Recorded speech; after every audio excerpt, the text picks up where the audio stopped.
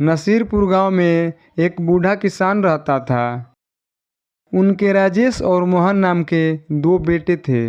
राजेश चोर और लालची था, मगर मोहन बहुत अच्छा था और भोला भी था। भैया जो भी कहता था उसका विश्वास करता था। एक दिन वो बूढ़ा किसान बिस्तर पकड़ लिया। तब वो बूढ़ा किसान, बेटा राजेश और मोहन, मेरे जाने का समय आ गया है, इसलिए तुम दोनों को अपने संपत्ति बराबर बराबर इच्छा पत्र लिखाकर अलमारी में रख दिया हूँ। मेरे मरने के बाद तुम दोनों संपत्ति को बराबर बराबर बांट लेना। ये सुनकर राजेश को बहुत गुस्सा आया। उसका लालच और भी बढ़ गया। उसके बाद उसने एक वकील को पैसा देकर एक नकली कागज लिखवाया। फिर नकली कागज लाकर अलमारी में रख दिया और असली कागज निकालकर फेंक दिया। ऐसे ही कुछ दिनों बाद उस बूढ़ा किसान की मृत्यु हो गई। फिर वह वकील ने उस गांव वाले के सामने कागज निकालकर पढ़ा। वो सुनकर मोहन चौंक गया।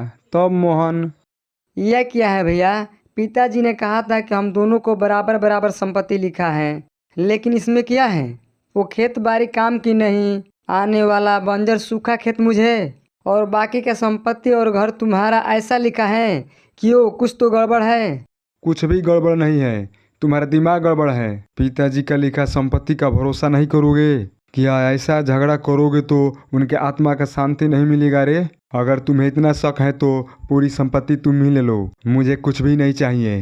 ये कहकर राजेश वहाँ से जाने ही वाला था। तब मोहन, भैया भैया रुको मत जाओ, मैं इस इच्छा पत्र में जैसा लिखा है वैसा ही करूँगा। ऐसे मोहन उस बंजर सूखा हुआ खेत में एक कुश का झोपड़ी डालकर उसमें जीने लगा। कितना मेहनत करके खेती किया, फिर भी कुछ फायदा नहीं हुआ। तब मोहन, हे भगवान, इस सूखा हुआ खेत में फसल नहीं उगेगा। फिर भी मैंने एक कोशिश किया, मगर मेरा पूरा मेहनत बेकार में चला गया। अब मैं क्या करूं? ये कहकर दुखी होने लगा। तभी एक पंछी अपने चोंच से एक छोटा सा झोला अपने चोंच में पकड़कर उड़ते हुए आ रही थी। वो ठीक मोहन के सामने ही झोला चोंच से छूटकर गिर गया। मोहन ने उस झोले को उठाकर अंदर देखा तो उसमें सोने थे। तभी एक बूढ़ी औरत उनके पास आती है और कहती है, बेटा ये थैला मेरा है। मैं एक पेड़ के नीचे आराम कर रही थी, तभी वह पक्षी झोला लेकर उड़ गई और यहाँ आकर गिरा दी। ठीक है दादी माँ, ऐसा हुआ क्या? फिर आप इसे ले लो। बेटा आज भी तुम्हारे जैसा ईमानदार इंसान है। ये झोला सोना से भरा हुआ है, ये जानते हुए भी तुमने मुझे दे दिया। दादी माँ, मेरे बड़े भाई ने पिताजी के मरने के बाद सब घर ले लिया और ये बंजर जमीन मुझे दे दिया। फिर भी मैंने कुछ भी नहीं कहा। फिर मैं इस सोने को लेकर क्या करूँगा? बेटा तुम कितने सच्चे मन के हो, मैं बहुत खुश हो गई। ये लो बेटा बैगन का बीज, इसे तुम खेतों में बो देना। मैं इस बैगन के बीज लेकर क्या करूँगा? इस बंजर जमीन में पानी के बिना कोई भी फसल नहीं हो रहा है। बेटा ये जादुई बैगन का बीज है, ये बिना पानी और बंजर जमीन में भी उग जाएगा और ये बैगन तोड़ने के बाद सोने का हो जाएगा।